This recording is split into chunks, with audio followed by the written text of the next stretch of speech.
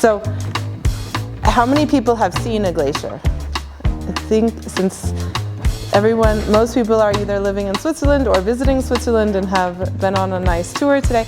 Most. So, or how many people who haven't seen a glacier have seen a picture of a glacier? So, okay, good. So, okay, I want you to close your eyes again. I'll steal a technique here. Close your eyes and picture that glacier. Now picture it today, right now. And I want you to see the land around it. So try to observe the landform that it's occupying. Is there something that looks a little bit like a bathtub around it? Is there something that's like a bowl? Is there a line in the rock where the rock changes color? Maybe somewhere where it's darker, somewhere where it's lighter. Is there somewhere where there's soil? And then there's no more soil, there's only rock. Now I want you to imagine that glacier filling up that space. Filling up all the space up to the place where those lines are. There maybe was a line that looks a little bit like an old bathtub ring.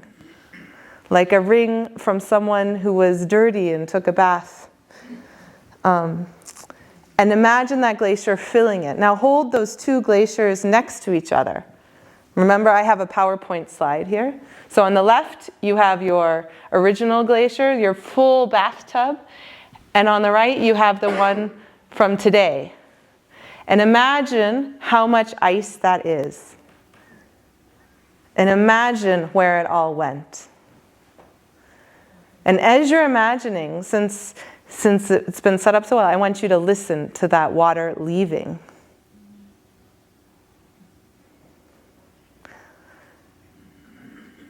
And I want you to think about what that water is carrying.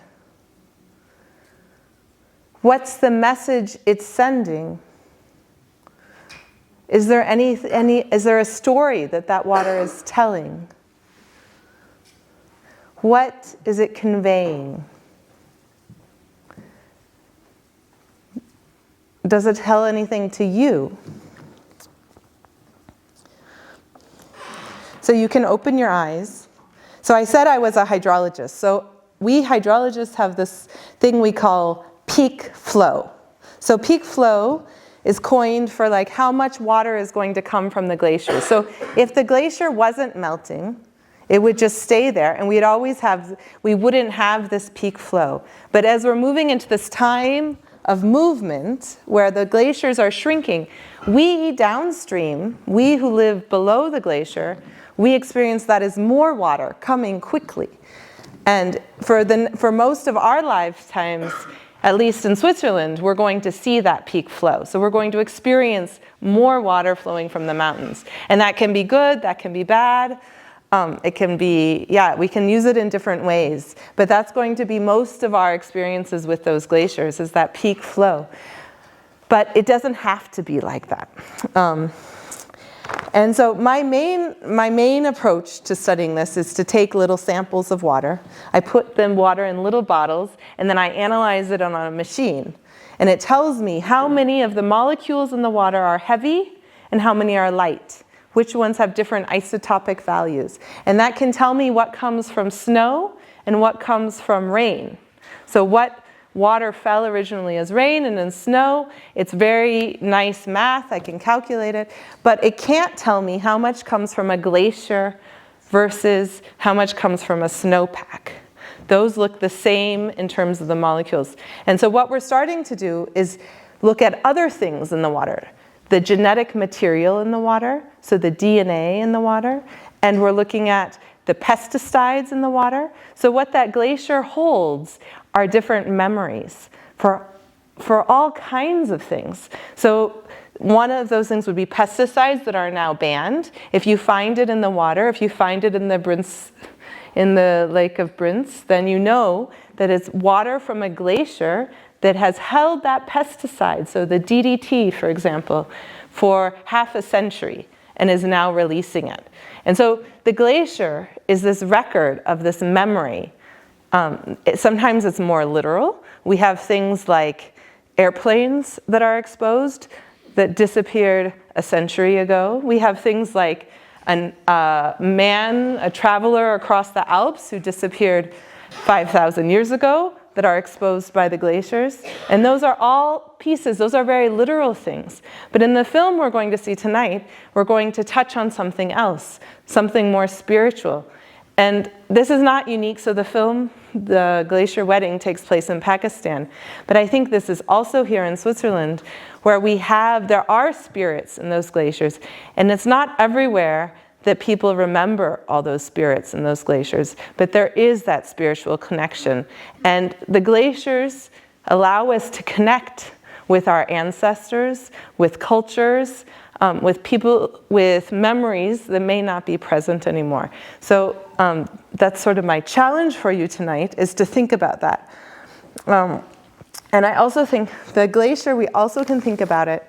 So once upon a time, here in Meiringen, the glacier, this valley here, it wasn't a town then, was 1.5 kilometers under ice, right?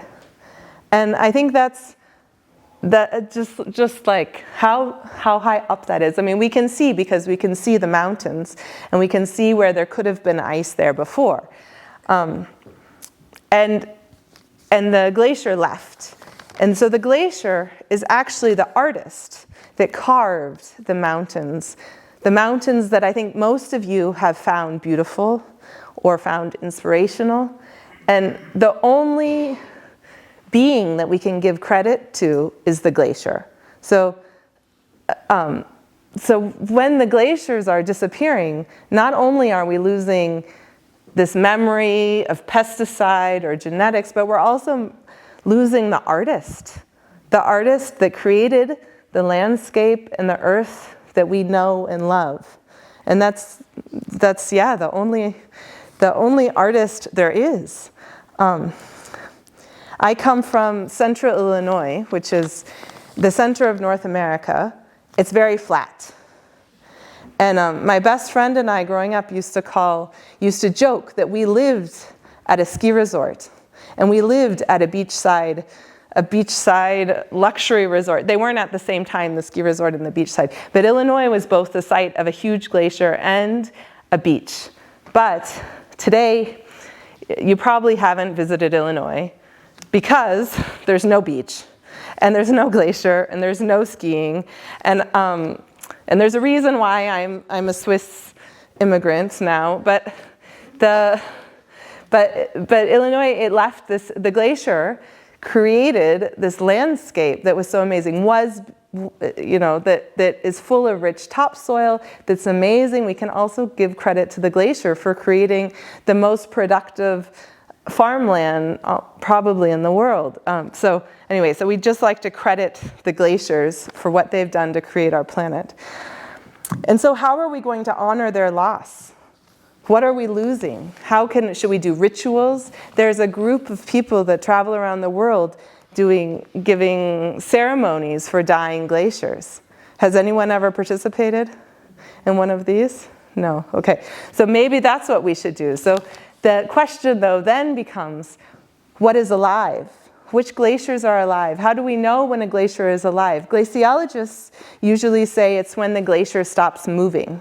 So glaciers are constantly moving. There's parts of them that are coming down and parts that are going up. And then at some point, they're so small that they're no longer moving. And that's usually what we call their death. It's not when there's no more ice left. So I challenge you all to develop your own ritual to mourn it.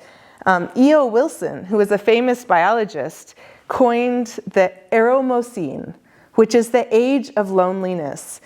The loneliness because of the loss of other life forms.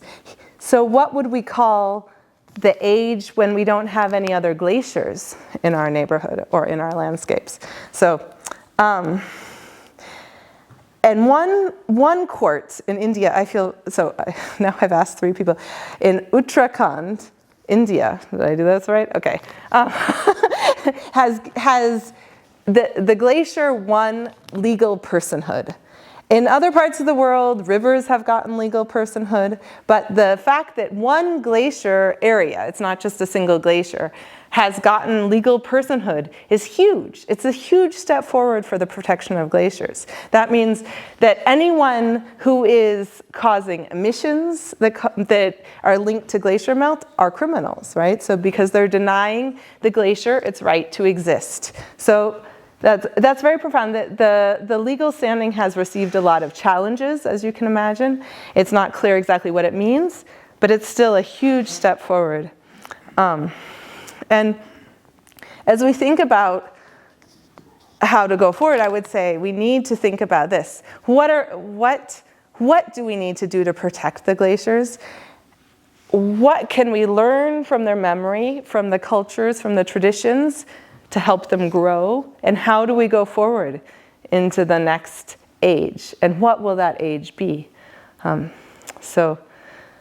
that, I'd like to invite you all to enjoy this film that takes us to a very particular set of glaciers and a very particular, unique ritual surrounding those glaciers. So think about, what are these people doing and how can we learn from it and be inspired by it? So thank you for that.